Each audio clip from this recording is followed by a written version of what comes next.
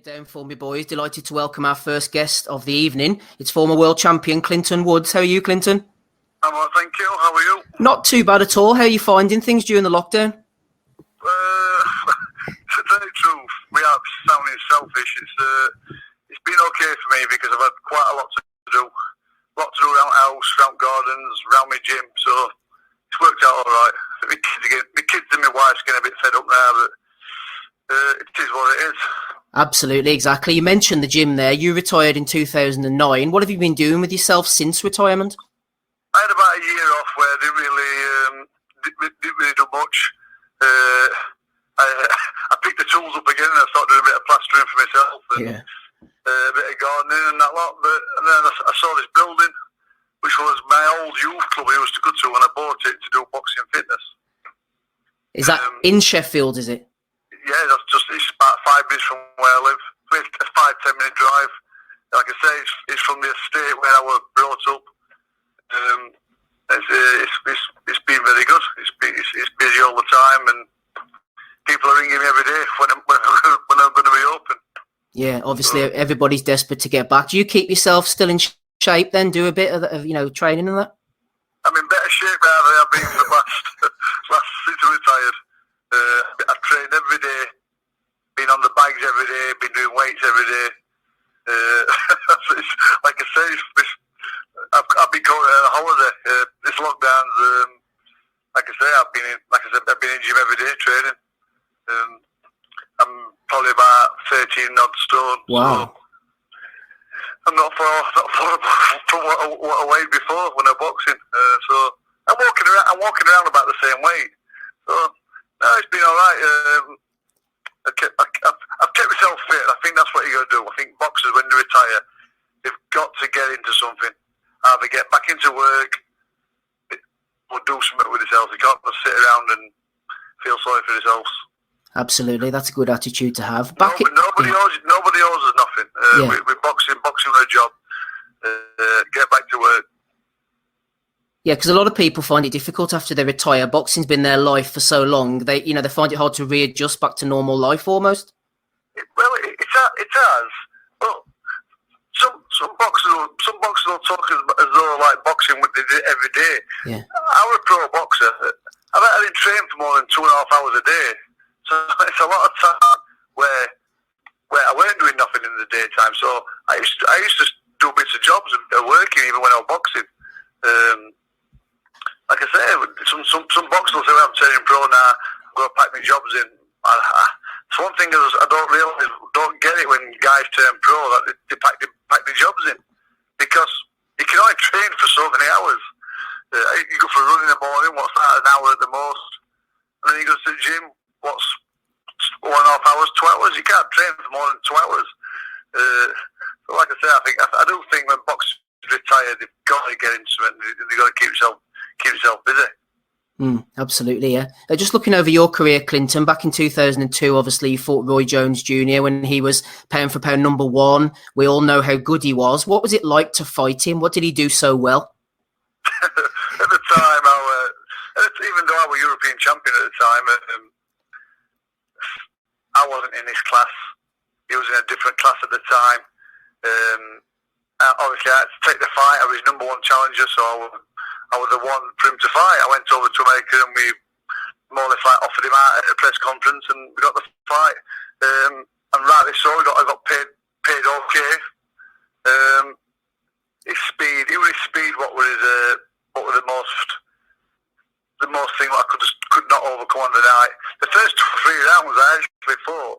If you ever watched a fight, I turned around and I didn't think it was going to be as hard as I thought it was going to be. Mm-hmm. And then he catches me. I've never been down with a body shot in my life. And he caught me a body shot in the 3rd round. I didn't go down, but I went back to the ring and it bust 2 ribs and I just thought, oh my God, his speed, his movement. He'd hit you with 1 shot and then he'd be gone and come back and hit you with another shot. It was his speed at the time. He was a great fighter. He's up there. Unfortunately, he went on too long. Sometimes people always say to me, "Do you wish you'd have fought him again?" But sometimes I'd love to box him again and beat him maybe a year later when I'd improved so much. But he declined so much since he come down from heavyweight. For me, he was never the same. He was knocked out by Johnson. No one talks about when he got knocked out by Johnson. Johnson knocked him out really bad. Yeah. Then Tarver actually poleaxed him. He was never the same fighter, and he just carried on. Yeah, one of our listeners is saying, Clinton, there was talk apparently about the fight between you and Jones being in England at one point. Yeah, they were talk of Ian Jones. The night I boxed Glenn Johnson, the first. I was treated pretty badly, real to tell you the truth. Got to the boxing arena. They put me in the ring same size as a cupboard. Kawasaki were ringside. Obviously, I boxed the fight. I beat Johnson in a really tough fight. After the fight, a security guard called to me and says, "Clinton, you ought to go to a press conference." I went, "Where have you been at a press conference?" He went, "Well, there was." So I went to this room and there's a table. There was a table, Frank one side middle, and there were Johnson, the Kawasaki. So that fight was more or less made before, because they thought Johnson were going to win. Yeah. Dennis got in touch with Warren. They said the fight were on. They told me how much we're going to get. The fight were on. And obviously, I think Kawasaki boxed Hopkins instead for a lot more money. Yeah, because you fought Glenn Johnson in the end 3 times, 1 win, 1 loss, 1 draw. It seemed like you guys were quite evenly matched. Yeah, we bashed it. I've always said this. After the third Johnson fight, we bashed each other up. He was never the same, and I was never the same. I had so many injuries after that fight, and Johnson carried on. He boxed Froch, but he never boxed with the same madness. When he used to box me, he was like non-stop throwing shots. He'd slowed down, and I read one of his interviews when he said that he had tired down. The first fight took part out as both of us. Yeah, one of the guys in the chat, Clinton, says that he remembers Johnson hurt you in the 3rd fight. You dug it out and showed balls, proper fighter, huge balls. So a lot of love for you in the chat here. Yeah, it was a good fight. Johnson was a tough fighter, and like I said, the funny thing about the Johnson fight is, the first fight when I first fought him, I had a choice. In my career, I had never had a choice to fight who was going to fight. And they gave me 3 names, and I don't know why. I didn't look them up or anything. I just went, "Oh, fight Johnson." Yeah. I said, "Put Johnson," and it ended up being it ended up being good for me. Well, not good for me. I lost against him, but it was good for Johnson because Johnson was going nowhere at that time. And obviously, he went and made a few million by fighting Tarver and Jones and beating me. And so, yeah, it was good trilogy, and there were 3 good fights. But we did 36 rounds, and they were tough rounds with him. Yeah, he was a tough fighter, Johnson. Yeah, and you mentioned Joe Calzaghe there. I remember after you fought Rico Hoy, they put him on the line in like a stunt, didn't they, with the BBC on the phone? What do you think about that? At the time, I was buzzing. That night, I know a lot of boxers moan about, "Oh, I weren't ready for this fight, weren't ready for that fight." For the Hoy fight, I'd never been in the shape of where the boxers will say where everything just went right in training. The sparring partners, what I had in training, were fantastic.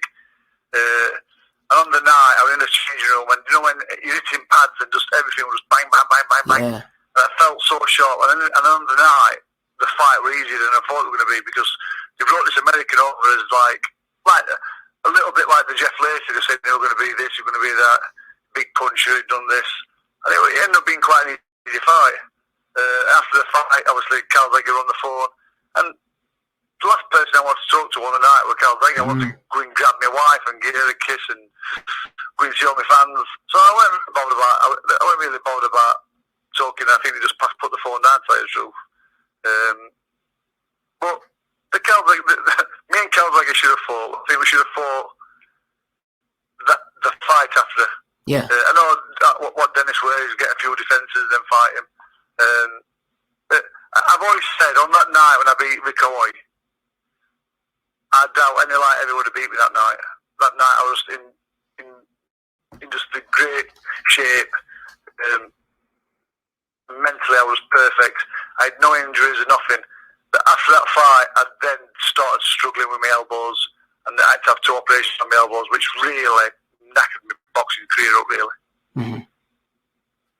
How close was the Calzaghe fight to ever happening, do you think? Well, I was told I was 1-0 going to and like, I've always been one where I never thought the fights were going to happen. Like, when they tell me, the fight Roy Jones, I never thought that fight was going to happen.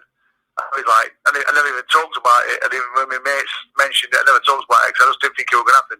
Then the Calzaghe fight was going to happen. I didn't think it was going to happen. Well, it didn't happen. But people always ask me, what do you think would have happened if it had happened, if the fight would have gone on? I've always been honest with my boxing. I think the fight would have been a great fight. I think it would have been a tough, hard fight. I think it would have been a 12 rounds, but Calzaghe was special. And I think he would have had a bit too much for me. And I mean, I've always been honest. Calzaghe was a special fighter. Yeah. To do what he did for so long, be champion for so long, his fitness, his speed, his power, I think he'd beat me on points. That's fair play to you, Clinton. That's very honest of you. He was to do what he did all them years, to stay champion that way. And I do believe some of his opponents were a bit, but he did beat some good fighters. He beat some good fighters as well. Some people said that my style might have been all wrong for him with my elbow, with my hands up, but to be honest, I can't see me beating him on points. I had a good work rate, but his work rate phenomenal. And plus, to a southpaw, I never really, all the way from my career, never really sparred with a southpaw. I don't know why they never put me in with no southpaws. I fought Tarver. Yeah. The time I fought Tarver was southpaw. I was sparring with flipping orthodox. I don't know why. It's a bit strange, isn't it? Yeah, a bit strange. Well, we got to the gym when we got to the gym in America where the sparring partners were, they were shadowboxing orthodox, and then they switched southpaw, but they weren't southpaws. What was Tarver like to fight? Do you want to know something? Everything about the fight, everything leading up to the fight, my camp had broke down and me and my trainer weren't talking. Yeah. I should have pulled out the fight 3 weeks before. I'd hurt me back in England really bad. My physio told me to pull out. I was told I couldn't pull out. So the fight went on. It's the only time I've ever walked to a ring knowing I'm going to lose.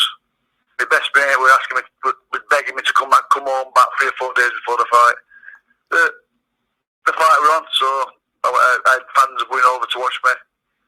It's the only regret in my boxing career, which was a long career. I don't know how long it were, about 16, 17 years. It's the only regret that I should have pulled out a few weeks before, because things weren't right. I don't think me and my trainer ever spoke since the day, since walking out the ring. I know everybody blames the trainer, but everything had just gone wrong. We weren't talking. It was a horrible time, to tell the truth. I actually phoned my wife up not to even come to the fight, but she wanted to be there. Anyway, that's the only reason why I carried on boxing. My heart had gone after I lost the title. My heart had gone out of boxing. I sat in the changing room, and they always talk about a loser's changing room, and I was in a loser's changing room that night because there was no one in that changing room. I actually sneaked out of the arena. I went to the hotel and sat and didn't talk to no one. It wasn't a very good time, but like I said, I carried on boxing just to because I didn't want to leave boxing like that. But my heart had gone. I started training with Glim Rhodes again. Yeah. Which I was happy training, but do you know when you go for a run and instead of doing that big hill, you miss it? Yeah. That's how I were my last 2 or 3 fights. Even though I was fit. So whenever you're going to the ring against Tarver, you've explained the way you were thinking. What's the sort of how just to get through the fight, to go the distance, to try and not take too much punishment? What did you go looking to achieve? The Tarver fight. Yeah, the Tarver fight. The Tarver fight. I can remember walking to the ring and the amount were, and it's a bad time at the on with racial this. As I walked through the ring, I always got his racial this, racial that, racial this. It's the first time I've ever had that thrown at me. I got in there, and I knew I was going to lose because the training camp had gone terrible. Argument after argument after argument. It was terrible.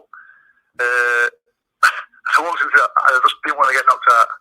I knew I'd lose. Yeah. I knew I'd lose. I tell the radio station a lot. I said, actually, on the couple of nights before, Radio Sheffield interviewed me, and I started crying on phone. And it's not like me that I'm not pretty hard, pretty tough guy, but everything had gone that wrong. I just tell them, I says, everything has gone so bad, and they cut it. They didn't air it.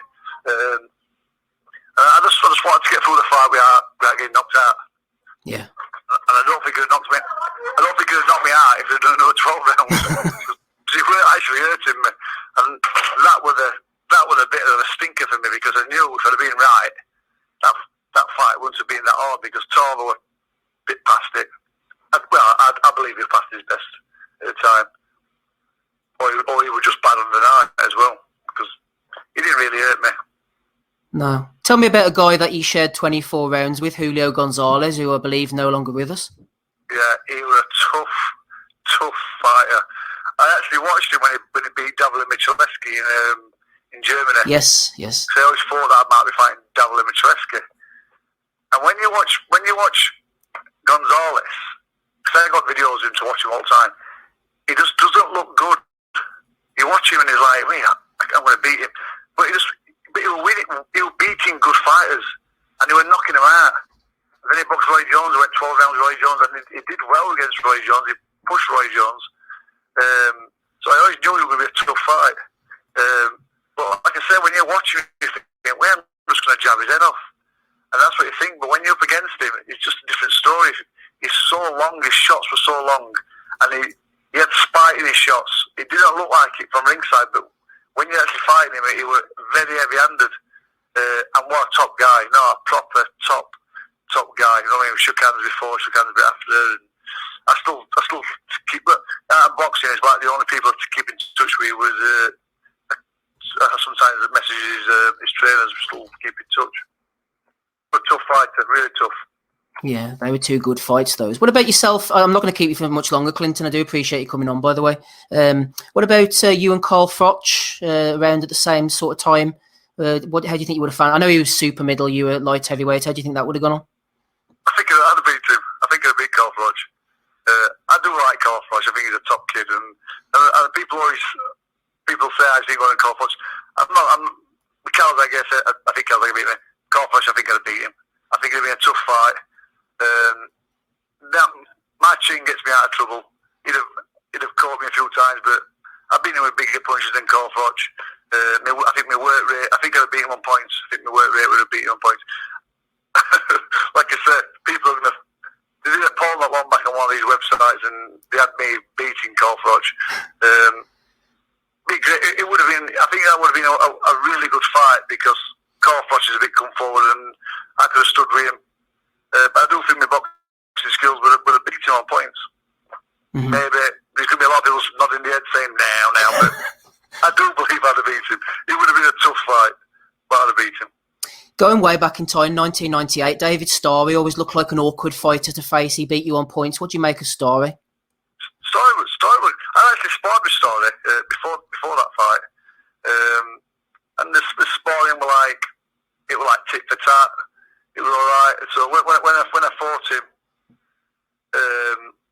he just beat me on points. He was a good fighter. But if I brought a book out. If you read my book, I was still playing at boxing at that time. Yeah. I mean, I'd do me and my trainer, and that was it. There was no one around me. There was no one doing me weights with me. No one doing my diet with me. No one doing. I went for a jog in the morning, and I went to gym at night for an hour. But I was Commonwealth champion. Mm-hmm. And like I trained with David Starr. He had his trainer with him all the time. He had someone doing his diet for him, and I think that's the only thing what beat him on won him the fight on the night. Where I struggled the weight. It's the first time I ever struggled at super middleweight through being badly advised for taking creatine. I was loading up with creatine every flipping day, right? Which I never took no supplement before. I sort of struggled with my weight. It's the first time I ever struggled with my weight. That's the reason why I went up to light heavyweight. So I thought, well, I'll go to light heavyweight now. But when I say about playing about boxing and going out for drinks, and I was doing that right up to fighting Crawford. Actually, I was still playing at boxing. Really? Boxing.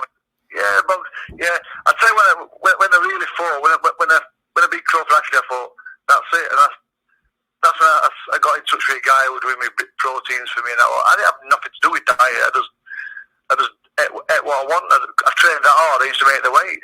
But when you start fighting top fighters, and you got to start making the weight a lot, and that's when I was getting drained all the time. I was sparring more. I was training more. I was getting drained, and sometimes I'll go into gym tired. And that's why it really worked, because I weren't taking nothing else to fill me back up. No nutrition. So when we got that right, I just started doing changes in my boxing, and like I said, I ended up winning world title, but a lot of that is down to nutrition and the way I live it. You fought guys who look on paper like massive punchers. You mentioned Rico Hoy. I remember Ollie Clementson. You used to bang a few people out as well. Who's the hardest puncher you fought overall? I think the one who was the hardest were Clementson. Yeah. Clementson. I sparred with Clementson loads and loads of times before that. I was Clemenson's main sparring partner when he beat Crawford, actually. And the sparring, he could have charged for it, because he went in there to try and kill you in that sparring sessions. So, and he could whack. He hit so hard, it was like an horse kicking you. Well, it was the first time. I think he was the first person to put me down. And Crawford actually hit very hard. Crawford actually whacks. He whacks be a lot. But I think the only time I ever got hurt be a headshot where I thought, oh my God, and that was my last fight against Tavois Cloud. Tavois Cloud could whack. He hit me with a left hook, and I actually, in a lot of the fights, when I used to get caught with a shot, I used to like nod him on or wave him on, and I waved him on, and they caught me with exactly the same shot. And when bell went, I went back to the corner. It's the first time I've ever sat in a corner, and it's just 10 people in front of me. And that's one of the reasons why I thought, that's it, I've had enough of boxing. Yeah, Cloud was a strange one, wasn't he? He looked like he was really on the way up, and then he lost 3 fights, and then he sort of drifted away. Do you know what funny thing about that fight? Obviously, Glim Rhodes was training me. Glim Rhodes, I love Glim Rhodes. He's one of my best boxing mates ever. Yeah. But I weren't training like a way for the high fight. I was cheating. I weren't doing my runs. On the night of the fight, obviously for the world title, I started boxing him, and I thought, God, this is going to be easy. But then obviously he took over the fight. He won me. After the fight, I was the most relieved person in the arena. Like, thank God I finished boxing. Thank God. So I went up to his changing room to see him, and he was laid on floor, and he was just gone. And his trainer come up with this big southern accent. And he's going, "God damn man, you one tough mother." And stuff like this. And he says, and apparently he says he wouldn't have, if that bell wouldn't have rang, he would have collapsed, because apparently he collapsed in changing rooms. He was absolutely. Wow. And sometimes I think to say, I wish I'd have gone for it them last 2 rounds. Yeah.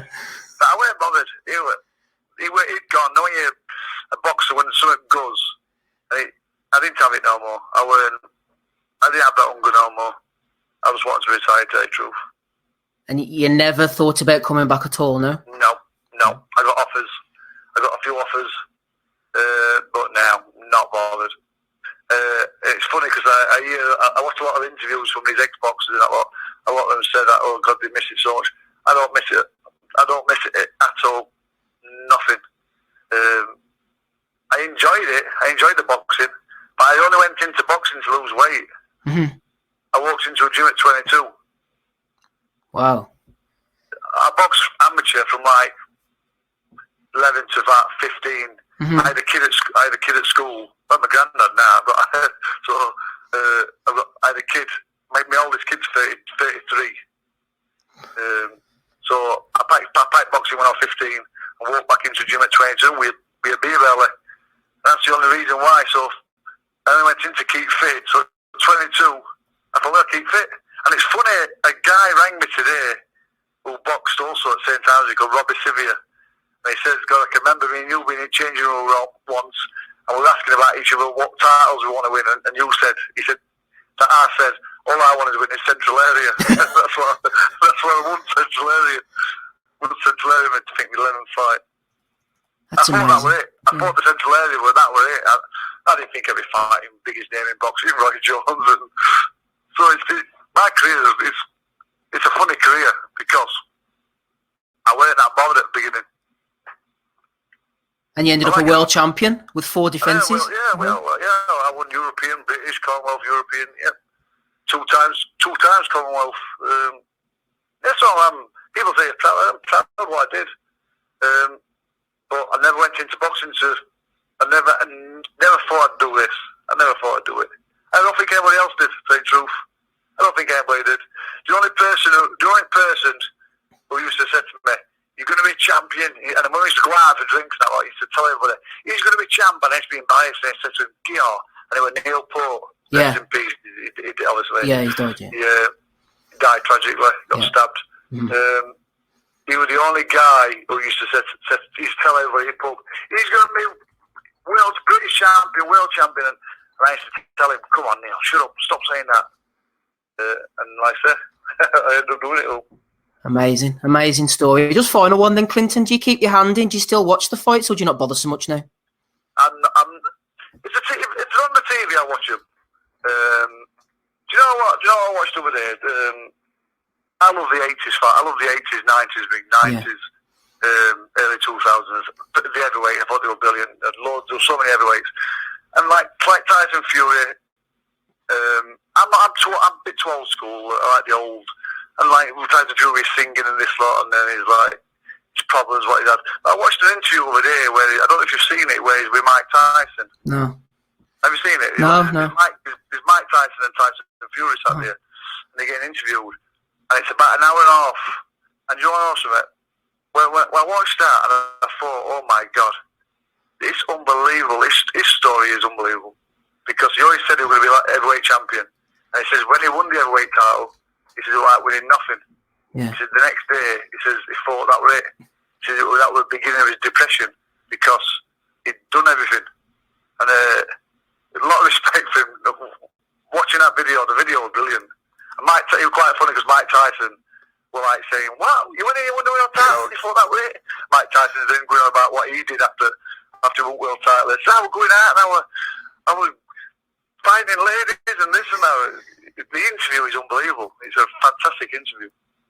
So I do watch fights. If the fight's on TV, I watch it, but I don't follow it. People say, "Oh, so and so boxed last night." So, it's a bit embarrassing sometimes. So I don't really, like I said, I don't really follow it. But I didn't follow it when I boxed. I just enjoyed the fighting part myself. Do you think then, Clinton, the fact that you had such low expectations to a point meant you just kept thinking, well, I can maybe go a bit further here, and then after you won the world title, the way a lot of people, as you said, think, what is it Marvin Hagler says, you can't get up and run when you're wearing silk pyjamas, but you would just keep going and I can maybe achieve something more here? I tell you what, the time when I felt like that is when I beat Crawford Ashley. When I beat Crawford Ashley, I thought, I can do something here now. Because I'd started doing some work with this guy who was doing me fitness for me, who was doing me diet for me. This guy called John Clark. That's when I thought, well, what can I do now? What can I do now? And obviously, it's like it's history. I achieved more than most people. Nobody thought I'd win world title, a proper version of the world title. And like I said, against the guy who was 18-0, it was 16 knockouts. I'm happy with my career, and people always ask me if there are any regrets. Like I said, I've got one regret, and the regret we're not pulling out the title fight. But that's it.